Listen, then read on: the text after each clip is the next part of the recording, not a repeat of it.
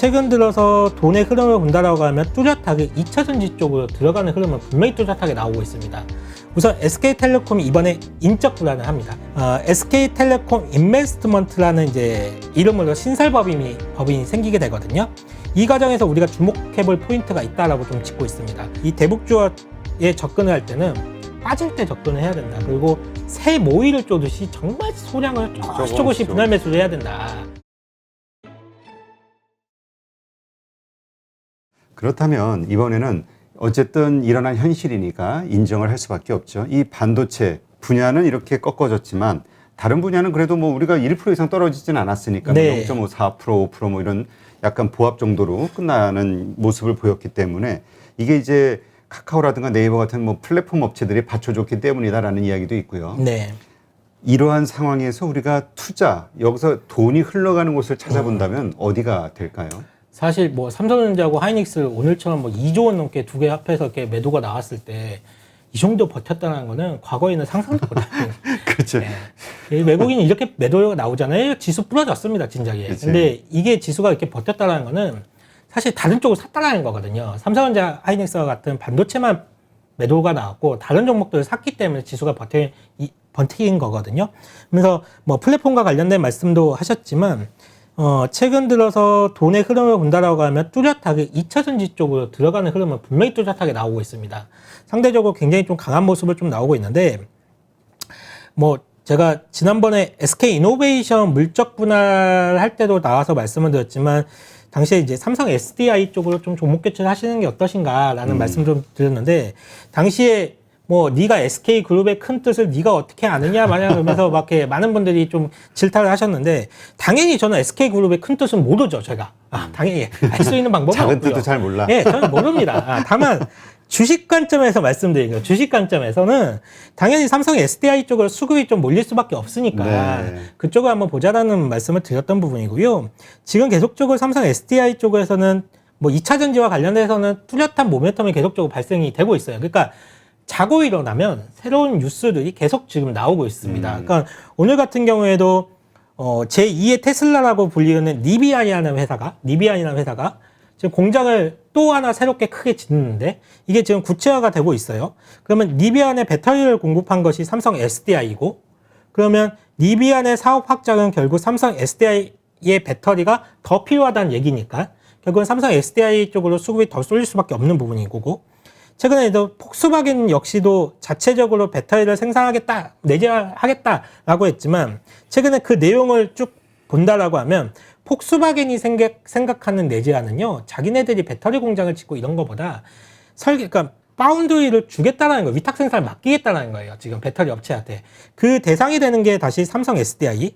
그러니까 삼성 SDI가 단순 하청으로 전락하는 거 아니냐, 뭐 이런 우려감도 있긴 하지만 지금은 누가 봐도 산업의 초기 단계, 즉 폭스바겐과 같은 완성차 업체들이 결국은 배터리 회사들로부터 의존도가 커질 수밖에 없다라고 좀 생각이 되어지고 있고, 그러면서 또 오늘 이제 장중에는 LG화학이 미국에 새롭게 또 추가적으로 공장을 지을 수 있다는 뉴스가 또 나왔어요. 아, 그래요? 네.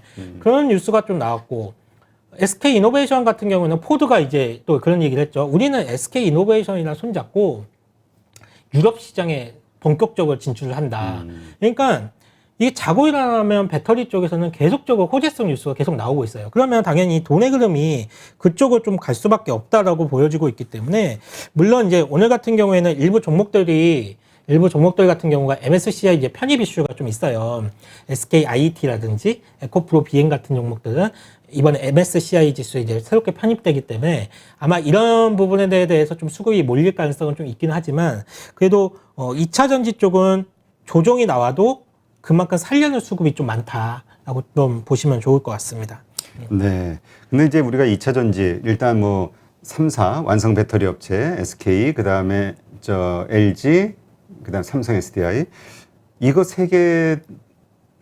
이 세 개 전방 업체가 날 것이냐, 아니면 그 뒤에 소부장 업체 이쪽이 날 것이냐 가지고 역시 논란이 많잖아요. 이제까지는 어쨌든 중소형단의 이 소부장들이 더 많이 올랐고, 그런데 지금 소부장 그 중소형주를 사자니 너무 많이 올랐단 말이죠. 그렇다고 완성 배터리를 사자니 다 악재가 있고 어떻게 해야 되냐. 그렇죠. 2차 전지 쪽은 소재 업체들이 정말 주가가 많이 올랐고 벌써 2024년에 그 증설 이후에 실적을 땡기기 시작을 했습니다. 지금. 그렇죠. 2024년이면 앞으로 3년 뒤거든요. 3년 뒤에 실적을 땡겨서 타겟 플러스를 좀 잡고 있는 건데요. 미래 수익을 땡기고 있는 거죠. 물론 이제 소재 업체들 같은 경우에는 이미 고객사가 확보가 되어 있는 상황이고 매출이 분명하다라는 측면에서는 뭐 이런 밸류에이션이 맞을 수는 있습니다. 하지만 이제 진짜 주가 측면만 본다라고 하면 아찔할 정도로 주가가 많이 올라와 있어요.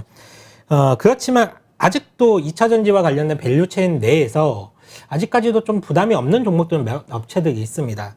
그러니까 대표적으로 이제 부품 회사들이 그렇거든요. 그러니까 2차 전지도 소부장, 그러니까 소재, 부품, 장비들이 있다라고 하면 상대적으로 소재 업체들 같은 경우가 주가가 많이 올랐어요.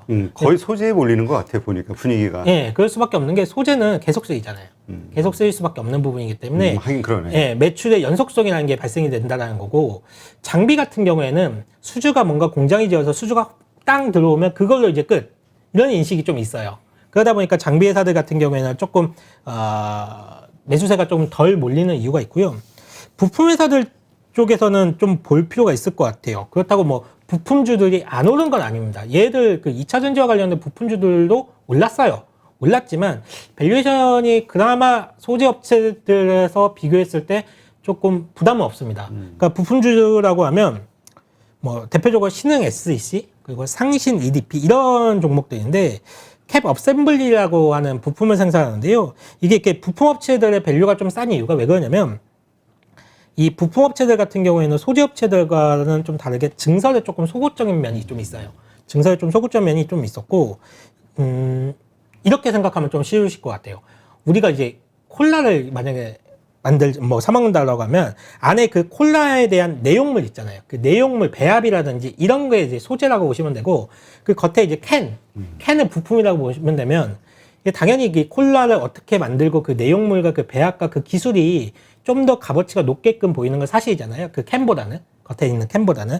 그렇기 때문에 부품은 이제 캔이라고 이렇게 보시면 되는데, 하지만 이제 콜라 자체가 잘 팔리면, 10개 팔리던 게 100개 팔리고, 100개 팔리던 게 1000개 팔리면, 당연히 캔에 대한 매출도 상당히 많아지겠죠. 그러니까 그렇죠. 부품에 대한 매출도 많아질 수밖에 없습니다. 그래서 이 부품주들은 아직까지도 밸류에이션이 한 13배 정도 될까? 그 정도 될 거예요. 한 13배, 14배. 중소형주? 예. 아까 말씀드렸던 뭐 상신 EDP, 신흥 SEC 이런 종목들 같은 경우에는 우리가 아직도 이쪽은 이런 종목들 한번 접근이 가능하다라고 보고 있습니다. 네.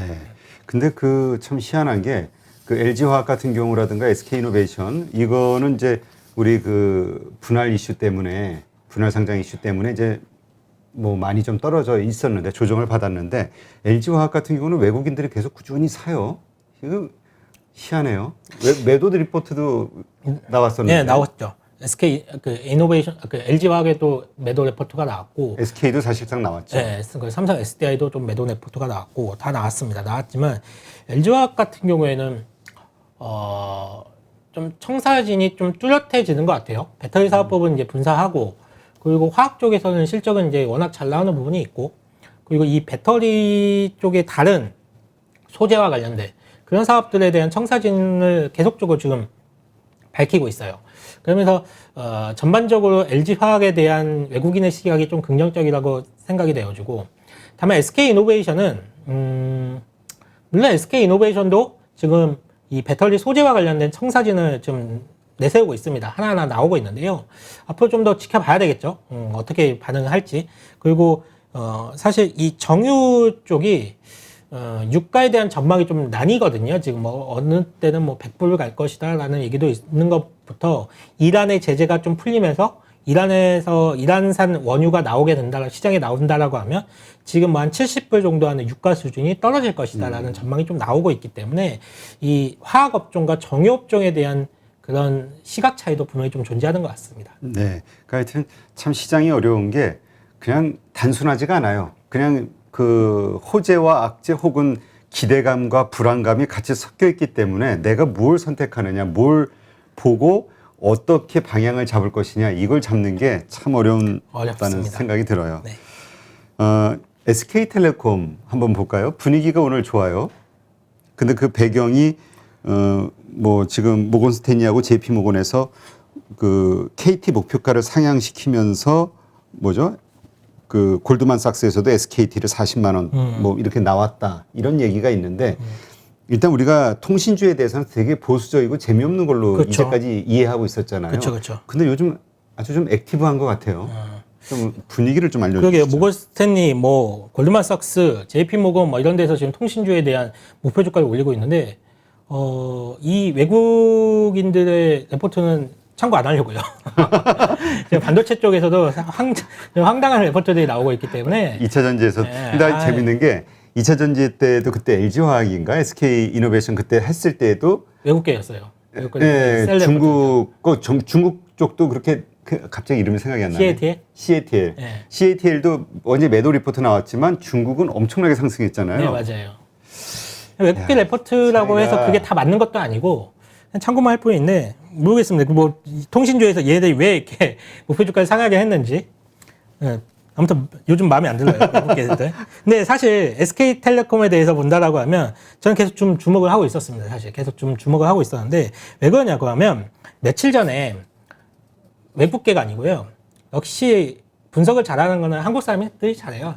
현대차증권에서 SK텔레콤에 대한 아주 깊은 깊은 분석이 나왔습니다. 60페이지가 넘는 딥 레포트가 나왔거든요. 골드만삭스나 모건 스탠리에서는 이런 거 못할 거예요. 우리 현대차증권 정도가 돼야지, 한국의 증권사야지 돼야지 이 정도가 나올 건데, 야, 그 내용이 정말 좋아요. 그 내용이 상당히 좋아서 제가 그 내용을 보고 SK텔레콤을 좀 괜찮다라는 좀 생각을 하고 있었는데 그 내용에 대해서 좀 뭐 설명을 드리자면 우선 SK텔레콤이 이번에 인적 불안을 합니다. 인적 불안을 하게 되는데 SK텔레콤 인베스트먼트라는 이제 이름으로 신설법인이 생기게 되거든요. 이 과정에서 우리가 주목해볼 포인트가 있다라고 좀 짚고 있습니다. 보시면 이렇게 존속법인은 SK텔레콤이 있게 되고요. 그리고 SK텔레콤 인베스트먼트, 그러니까 신설법인이 이렇게 생기게 됩니다. 그래서 존속법인은 그동안 우리가 잘 알고 있는 통신업을 하게 되는 거고, 이 SK텔레콤 인베스트먼트 이 신설법인에서는 지금 밑에 보시면 지분이 SK하이닉스, 11번가, ADT캡스, 티맵 모빌리티, 콘텐츠 웨이브 이런 그러니까 플랫폼과 관련된 이런 사업을 이제 진행을 하게 되거든요. 네. 예, 이게 해당 레포트가 분할 이후에 그 재무 상태까지 완벽하게 좀 분석을 해놨는데 이 재무 상태에 대해서는 좀 스킵을 좀 하고요. 중요한 부분을 말씀을 드릴게요. 이게 우리가 분할 전에 SK텔레콤을 사게 되면 투자금의 60%는 존속법인을 좀 가지게 되고요. 그리고 한 40%가량은 신설법인을 사게 됩니다. 그러니까 여기서는 레포트는 어떤 가정을 했냐면요.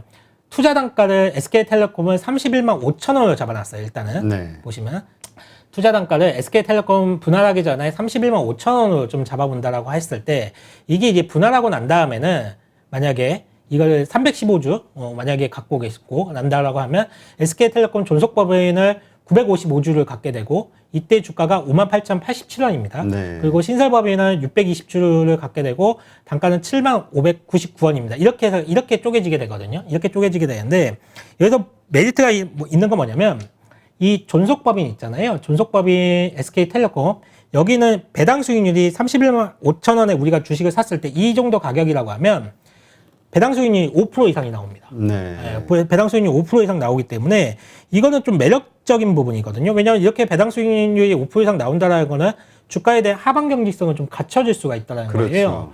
뭐 주가가 빠지면 배당 수익률이 더 올라갈 테니까. 그렇기 때문에 여기서는 배당에 대한 메리트가 크다라는 거고 SK텔레콤 인베스트먼트 같은 경우에는 지금 적정 시가총액을 15조 5천억을 좀 평가를 하고 있습니다. 지금 여기서는. 왜 그러냐면 우선 앞서 보셨듯이 SK하이닉스 지분 있잖아요. 네. SK하이닉스 지분은 한 20% 정도 갖고 있는데 이 지분 가치를 아주 보수적으로 40% 정도 디스카운트 했더라고요. 그래서 디스카운트를 하고 그러면 이제 비상장 자회사들 지금 보시면 뭐 이렇게 티맵 모빌리티라든지 뭐 콘텐츠 웨이브라든지 뭐 11버가 이렇게 이런 부분도 있잖아요. 여기서도 모두 한 30% 정도 지분 가치에 디스카운트를 했습니다. 근데 사실 이 11번가, 티맵 모빌리티, 콘텐츠 웨이브 이런 회사들은 플랫폼 사업들이에요. 그렇죠. 플랫폼 사업들인데 사실 요즘 분위기 봐서는 플랫폼 사업들이면 할인을 하는 게 아니라 할증을 받고 있거든요. 엊그저께 당근마켓이 이번에 투자 유치를 받으면서 밸류를 3조 원을 받았습니다. 3조 원, 당근마켓이라는 회사가 3조 원의 밸류를 받아서 투자 유치를 받았는데 이들 SK텔레콤 밑에 있는 이런 회사들 역시도 상당히 좀 기업 가치는 플랫폼 회사들이기 때문에 클 수 있다라는 부분이 좀 될 수 있을 것 같고요. 그래서 지금 보시면 SK텔레콤 인베스트먼트의 주가에 대한 그 상승 여력이 거의 뭐 50% 이상? 50% 이상이 좀 될 수 있다라고 좀 제시를 좀 하고 있어요. 그래서 좀 저는 이 SK텔레콤을 분할 전에 좀 사보는 전략이 뭐 SK텔레콤 이쪽에서는 배당 수익률로 주가가 버틸 것이고 이쪽에서는 지분 가치에 대한 부각이 된다라고 하면 이쪽에서는 상당히 좀 메리트 있게 주가가 좀 올라올 수 있다라고 좀 보여지고 있습니다. 그래서 다만 여기서 고려돼야 될 부분은 뭐가 있냐면 거래 정지가 있습니다. 분할하기 전에 10월 26일부터 11월 26일까지는 이때는 거래가 되지 않는 거래 정지가 있기 때문에 30일간 거래 정지. 예, 한 달 동안. 이게 이제 시장의 변동성에 그대로 노출된다는 그런 불안 요소가 좀 있죠. 그리고 이제 존속법인하고 신설법인이 재상장할 때 이게 시초가가 형성되는 가격이 기준가에서 50%에서 200%. 우리가 IPO 할 때는 똑같습니다. 그러네. 그렇게 형성이 좀 되고 변동성이 크겠네. 네, 그래서 변동성이 좀 클 수 있습니다. 그래서 나는 단가가 이 단가에 이렇게 맞춰져 있지만 이게 상장이 되면서 이게 좀 시초가가 좀 변동성이 있을 수가 있으니까 이 부분에 대한 이제 좀 불안 요인 뭐 이런 부분들이 좀 있을 수가 있습니다. 하지만 이제 그냥 기업 가치만 놓고 봤을 경우에는 SK텔레콤은 분할 전에 한번 사보면 좀 괜찮지 않을까. 언제까지 사야 되죠? 그 거래 정제가 10월 26일이니까 10월 25일까지 사요. 25일까지만 사면 된다. 25일이 토요일인지는 모르겠습니다. 그 전 영업일. 하여튼 그 10월 26일 날이니까 그 전 마지막 그 전 영업일까지만 그렇죠. 사면 된다. 예. 그래서 사실 그 전에 저는 이제 10월 이제 어느 순간 이 기간 지금 보시면 여기에 이제 지금 이게 현재 기간이잖아요. 이 기간 어느 순간에 좀 매수를 한번 해봐야지라는 생각을 하고 언제 살까라는 타이밍을 좀 재고 있었는데 오늘 또 그 타이밍과 관련된 또 내용이 또 다른 증권사에서 또 레포트가 나왔습니다.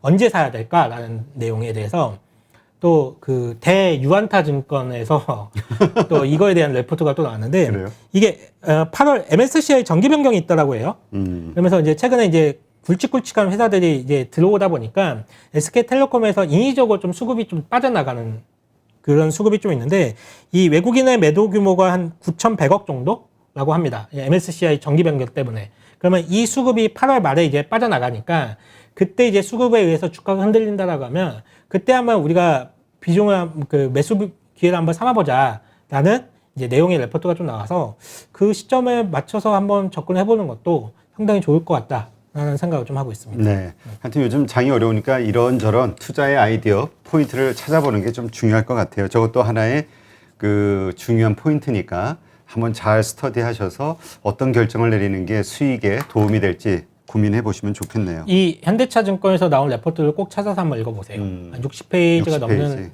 자료이긴 한데 60페이지 중에서 몇 페이지 정도가 제일 중요해요? 한 5페이지 읽으시면 됩니다. 그러니까 뒤에서 5? 앞에서 5. 앞에서 5? 뭐든지 레포트를 볼 때는 첫 장에 모든 내용이 다 담겨져 있습니다. 예. 그래, 우리 60장 보기엔 너무 시간이 없고 5장을 먼저 보고 괜찮다 싶으면 이제 더 파고 들어야지. 네. 3주 전쯤에 우리 대북주 얘기 한번 했었죠. 그렇죠. 3주 전에 하고 제가 지난주에도 얘기하고 뭐 이렇게 대북주와 관련된 얘기를 그래서 일시적으로 흐름이 좋았었는데 이번에 그 한미 연합 훈련 시작되고 뭐 다시 좀 분위기가 살벌해지면서 이대로 꺾이는 거냐. 근데 이제 대북주에 대해서는 또 앞으로 호재가 미국발 호재가 좀 여러 차례 남아 있다. 이런 얘기도 있고 하니까. 이게 군 통신선이 이제 복귀가 되면서 뭔가 대화의 물꼬가 좀 풀리나? 라는 이제 심정이었는데 이 한미 연합 훈련을 핑계로 북한에서 이제 한마디 했죠.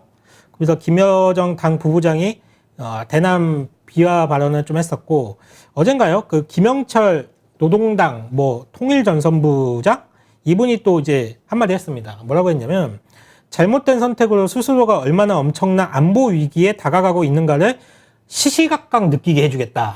라고 얘기를 했습니다. 그러면서 이제 전화도 안 받아요. 군통신선 복귀했잖아요. 그리고 전화도 끊었습니다. 자기네들이 복귀해놓고 이제 전화도 또 안 받아요. 이게 참 이제 북한이 그게 입이 유치한데. 참 이거 털기는 잘 텁니다. 사실 북한이 좀 그런데 그러면서 이제 대북주들이 이제 어제 오늘 좀 밀려났는데 사실 그래요. 이게 중요한 것이 미국의 태도거든요. 사실 제일 그렇죠. 중요한 거는 미국의 태도가 가장 중요한 거고 미국이 어떤 자세를 취하느냐가 중요한 건데 예전 같으면 이제 북한이 이렇게 막 하면 듣는 척도 안 했어요. 사실 미국이. 그렇지. 예, 듣는 척도 안 했는데 이번에는 좀 달라요. 이번에는 국무부에서 해명을 했습니다. 미국 국무부에서 이제 해명을 했는데 한미 연합훈련은 방어적 성격이고 미국은 북한에 대한 적대적인 의도를 품고 있지 않다라고 공식적으로 대변인이 또 이거에 대한 해명을 좀 했습니다. 그래서 사실 이 대북 관련 문제는 정치적 이슈예요. 이게 정치적 이슈이기 때문에 정치적으로 해석을 할 수밖에 없는 부분인데 이런 측면도 우리가 한번 생각을 해볼 수가 있을 것 같습니다.